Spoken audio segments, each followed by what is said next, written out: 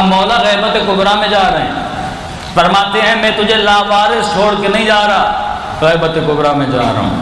مولا اب کس کی اطاعت کریں؟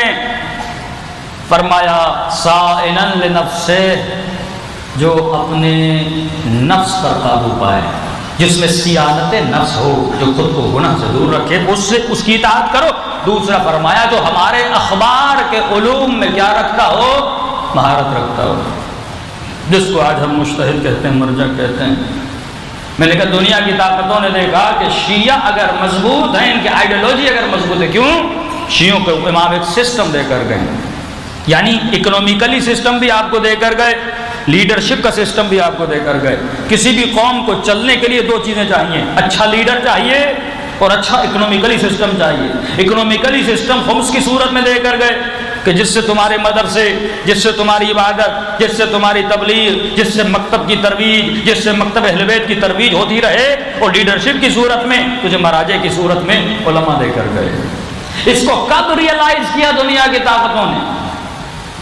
کہ جب برٹن کی بڑی بڑی کمپنیاں ایران میں تھیں، شاہ ایران کے زمانے میں، اور ان کی وہاں پر سگریٹ کی بہت بڑی فیکٹریاں تھیں، ان فیکٹریوں کے بہانے ایران کو لوٹنے آئے تھے۔ اس وقت آیت اللہ العظمیٰ شیرازی نے ایک فتویٰ دیا، شیعوں کو کہا کہ تم سب پر تمباکو نوشی حرام ہے۔ اب پچھلے زمانے میں یہ بڈھی بڈھیاں بھی حقہ پیتی تھی نا، عادت تھی۔ جب تمباکو آیا، اب لوگوں کو یاد ہوگا یہ گھروں میں کسی کی بوڑھی نانی، کسی کی بوڑھی دادی، پرانے زمانے میں تمباکو ظاہر حقہ ہر گھر میں حقہ ہوتا تھا۔ اسی طرح عراق میں، عربوں میں بھی یہ بیماری اتنی برٹش کمپنیز نے پھیلا دی کہ ہر گھر میں تمباکو، جس طرح بر صغیر میں ہر گھر میں چائے کا نشہ لگ گیا۔ اب دیکھیں کتنا دماغ ہے ان کے پاس۔ پتا تھا جس کو کوئی خریدتا نہیں تھا، اس پتے کو چائے کا رنگ دیا، اور ہر بندے کو اس کا کیا بنا دیا؟ عادی بنا دیا۔ اب پتے کو جس کی کوئی قیمت نہیں تھی، جب یہ اصول بزنس کا نا، سیل اینڈ ڈیمانڈ، پہلے ڈیمانڈ بڑھاؤ پھر اس کی سیل آٹومیٹک کیا ہو جائے گی؟ بڑھ جائے گی۔ معاشرے میں چائے کے پتے کی ڈیمانڈ بڑھائی، اب ہر گھر میں، اب بندہ کھا کھا کے اس میں بہت کم سا نکوٹین ہوتا ہے، بندے کو عادت ہو گئی۔ اب جب جسم کو عادت ہو گئی، وہ چائے کا نشہ ہی بن گیا۔ اب سر کا درد نہیں اتر رہا جب تک چائے کا کپ نہ پی لے۔ اب اس کے جسم کو چائے کنٹرول کر رہی ہے۔ اسی طرح سگریٹ کے تمباکو کو عام کر دیا۔ اب جیسے سگریٹ عام ہوا، گھر گھر میں حقہ تھا۔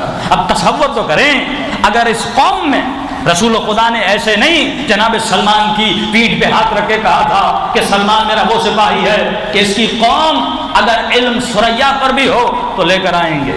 یہ نشانیاں رسول اس زمانے میں بتائی تھی۔ اگر کسی قوم میں خوبیاں ہیں، اس سے جیلس نہیں ہونا چاہیے، حسد نہیں ہونا چاہیے۔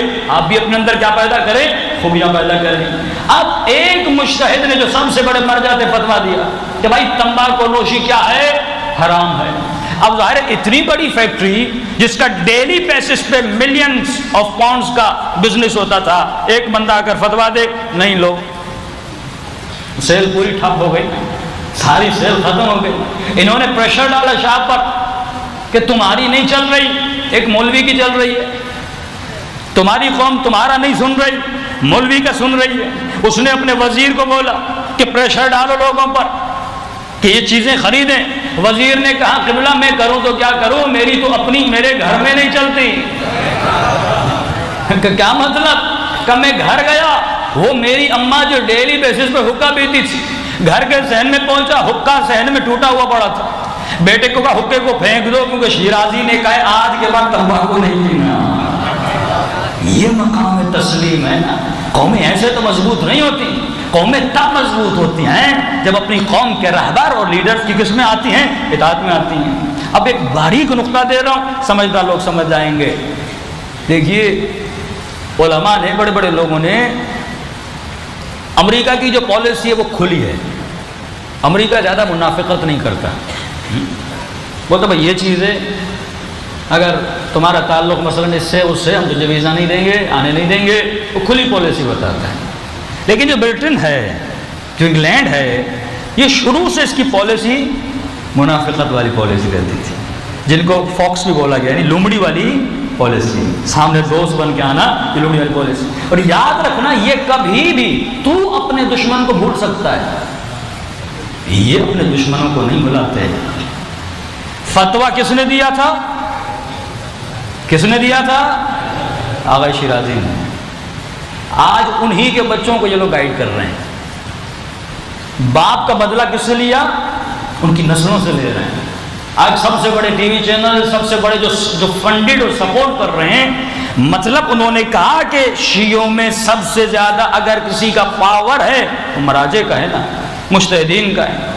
عراق میں جب مقتدی صدر کی فوجی اور سولجرز حرم مولا علی میں بھی داخل ہو گئے تھے اور اتنے محدود ہو گئے، حرم پہ بمبارڈمنٹ ہونے لگی، حرم پہ گولیاں چلنے لگی، پوری قوم کو گھروں سے کس نے نکالا تھا؟ سیستانی نے نکالا تھا۔ لبنان کی قوم کو کس نے کھڑا کیا تھا؟ حزب اللہ لبنان کو پاور کس کے پاس تھا؟ حسن نصر اللہ، یا وہ اس سے پہلے شہید صدر، ان کا پاور تھا نا۔ لیکن سوال یہ ہے، اب انہوں نے کہا کہ پاور ان کے مراجع کے پاس۔ دو کام انہوں نے کیے، کہ ایک تو فیک مراجع بناؤ یا ان کو سپورٹ کرو، اب وہ مورلی سپورٹ ہو یا فائنینشلی سپورٹ ہو، اور اس کے ذریعے سے شیعوں میں کیا ڈالو؟ دراڑ پیدا کرو۔ دوسرا، ان کے اندر ایسے گروہ بناؤ جو لوگوں کو علماء کے خلاف کریں۔ کہ میں نے کہا نا، پہلا کام کیا کیا کہ شیعوں کے اندر وہابی مولوی بنائے۔ اب ظاہر وہ شیعہ جو یا علی مدد کہتا رہا پوری زندگی، اہل بیت سے ہر جب دعا کرتا رہا تو اہل بیت سے مدد مانگتا رہا، اب ایک ایسا مولوی بنایا جو وہابی فکر والا، اس نے یا علی مدد کے خلاف بول دیا، وہ توسل کا منکر بن گیا، تو لوگ کس کے مخالف ہو گئے؟ علماء کے مخالف ہو گئے۔